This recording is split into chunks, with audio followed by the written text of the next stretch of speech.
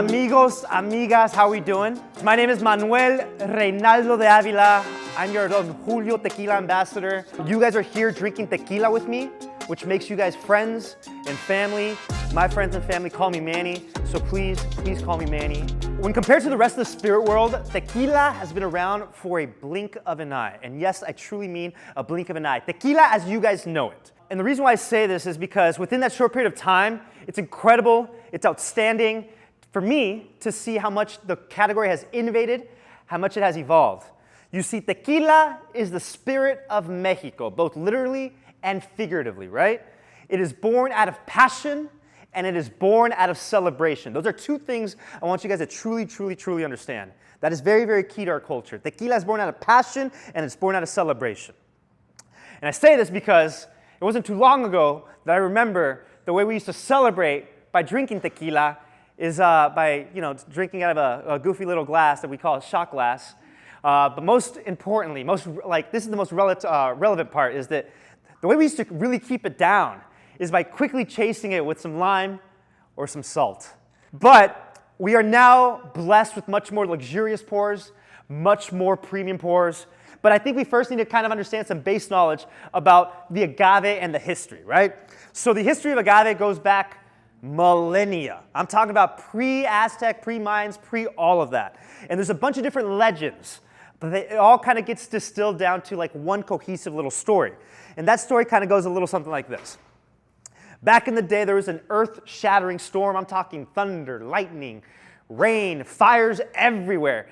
People thought the world was going to end. Human sacrifice, dogs and cats living together, mass hysteria. Right? Naturally, if you got all this craziness going around, what do? You run, you seek shelter, you hide in your own little shelter. So this is what the people did. This is what the natives at the time did. And they let the storm kind of, do its thing. Finally, after a long period of time, at least what felt like forever, the storm finally subsided, and in its place, what the people found was this beautiful, lingering aroma. Now, the records aren't exactly there as to what this aroma exactly was, but what everybody kind of talks about is that this aroma was akin to spices. I'm not talking about jalapeno or pepper spice. I'm talking like kitchen spices. Think nice holiday spices. And with a nice lingering hint of honey. So, what the people did is that, hey, the earth is still here. Let's figure out where this smell is coming from. So they followed their nose, right? If you dine in alcohol, always follow your nose. We Mexican people are an adventurous bunch, so we're trying to figure out, we're not dead yet. Let's see if we're going to die in a couple minutes. So they followed their nose, and what they found was a massive maguey.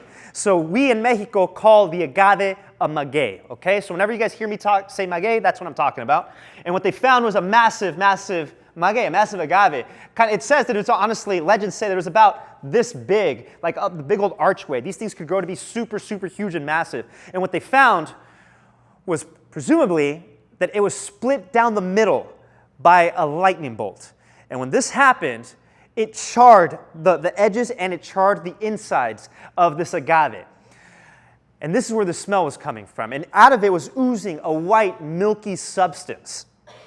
So I tell this story because within the agaves, within the maguey, the agaves have this beautiful sap, all right? Very thick and viscous like honey. And when you caramelize it, the aroma is very similar, right?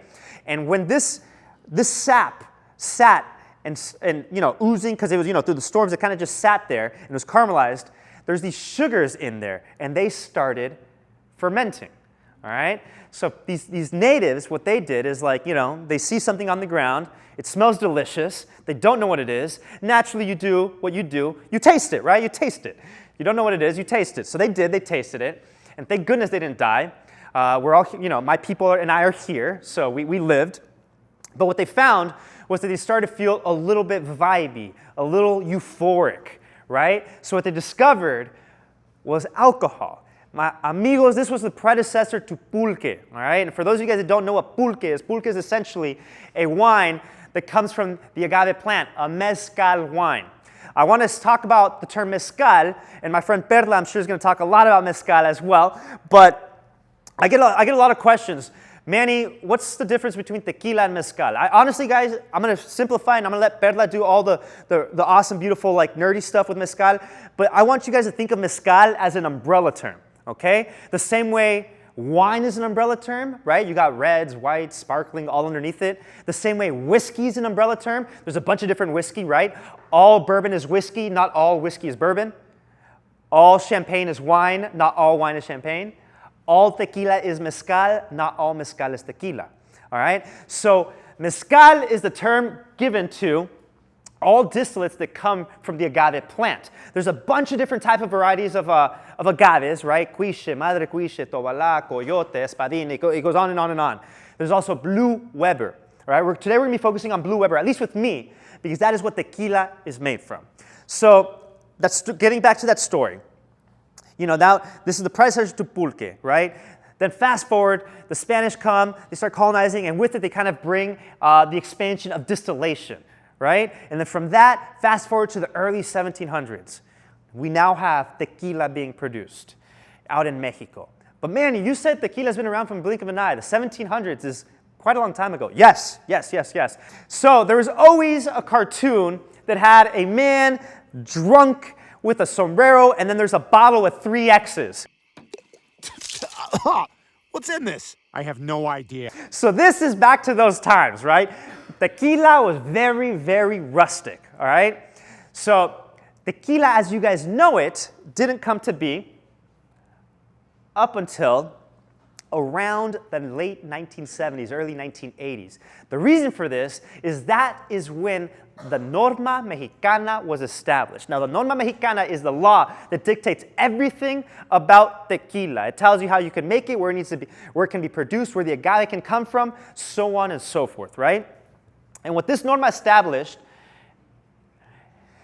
is, first of all, it made tequila, the term, like a protected area of origin of appellation. That's really what I'm trying to get to. Sorry, having tequila earlier, a little mini stroke.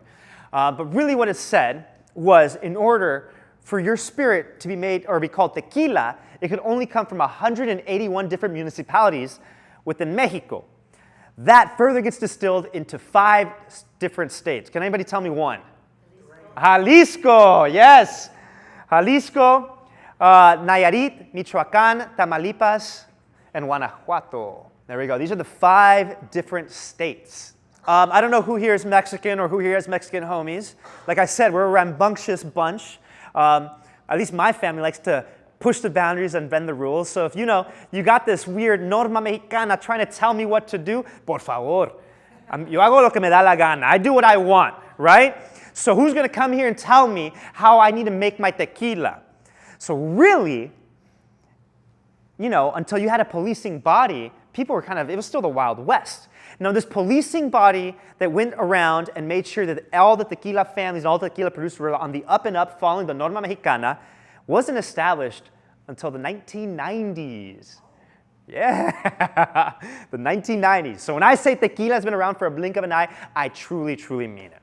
So I quickly wanted to share that with you guys. Furthermore, the Norma Mexicana also goes on to establish tequila as a category, right? We all know blanco, reposado, so on and so forth. If we don't know more, I'm about to go through it. But again, think of tequila or mezcal, right? Umbrella term, further broken down. Tequila. There's actually 2 types of tequila. There's tequila 100% or tequila 100% Blue Weber agave. And then there's tequila crickets, right? No beautiful little caveat. It's just tequila. Yeah, mixto is a little term that we kind of give it. So we have some friends referring to the rest as mixto. So really, it's still called tequila. And the tequila without that beautiful caveat of 100% Blue Weber agave means that all the sugars that get fermented and ultimately distilled, only 51% of those have to come from the Blue Weber agave plant. The rest of them, you know, that's where the fun additive buzz term kind of comes to play, right? So I'm not here to kind of trash on mixtos, although Don Julio makes no mixtos. I think it's important, and I think it's, you know, in order to be fair, especially when talking about agaves, it's important to talk a little bit about mixtos. There was a time where mixtos were necessary, like period, hands down necessary. Tequila, the agave population, tequila was booming, the agave population was being decimated. right? And all the major families kind of got together along with the CRT, the policing body that I mentioned earlier, and they agreed that, hey, we should probably kind of start mixing or cutting the agave in order to continue the agave species, because if we continue to harvest this agave, there's going to be no more Blue Weber to go around. So there was a time where it was actually necessary. Nowadays, we have enough Blue Weber agave going around where I don't think it's you know, my opinion is that you probably don't need to have mixtos around anymore, but they're still around. All right? So mixtos also is a term referred to these type of tequilas. And tequila 100% Blue Weber agave, well, 100% of the sugars that get fermented and distilled come from the Blue Weber agave plant. Furthermore, we have 5 different categories underneath that. There's blanco, plata, you know, silver, all the same stuff. This tequila is basically the purest form of tequila. It is unaltered by wood. It is untainted, as some people would say. It is the purest form of tequila. This is tequila that comes straight from the still. It gets watered down and sat in maybe a vessel before it hit the bottle, right? This tends to be a lot more earthy, a little bit more vegetal, lingering hints of beautiful agave, but overall a lot of vegetal, beautiful notes to it, right? Once you age this tequila, or should I say rest this tequila, in American oak or encino casks. Encino is a wood native to Texas and parts of Mexico. You now have, or once you rest it for 2 months, you now have a tequila that is a reposado, all right? Now, one thing that most people don't realize is that reposado, or all these categories, as a matter of fact, don't have a cap. They don't have a limit. So, if I wanted to, I could age my reposado for 5 years and call it a reposado, but why would I, right? These agaves, Blue Weber takes between a minimum of 5 years to mature in earth. You know, if I do that and then I go and do all this other stuff aging it, I want you guys to know what I did to my tequila, right? So once I age my tequila a full 12 months, I've now hit a year. This is the category of añejo, okay? And then once I further age that for 3 years, I've now hit the ultra age category, the category of extra añejo. All of these, again, in encino or American oak casks. I skipped a category. A few of you guys may have noticed, if I'm not blocking it. This is a category of joven. This is a category that is synonymous with gold, although I think that there should be a differentiating factor, but it is synonymous with gold. Who here has had a gold tequila? For those of you guys that went to college, you've had a gold tequila. So gold and joven, all right? The norma only states that this is a tequila that starts as a blanco, and then you imbue flavor components to make it seem or taste much more older, right? So instantly, after telling you guys these categories, you might be thinking mixtos or tequila, right? Without that blue 100%. Yes, some of them, most of them, right? But that, remember, if you look back at the rule, with the norma mexicana, all it says is a blanco that has flavor components imbued in it to make it seem older, right? Now there's the category of joven, and I have a very, very sexy joven for you guys to taste later on. Can be done in a different way, right? There's one way, add all the additives to it, and then there's another way, which I believe to be the right way, which is, well, if all you could do is add something to it to make it seem more old, well, all you could really add to it is older tequila, right? So that's another way. That's the way to keep it with integrity with 100% Blue Weber agave.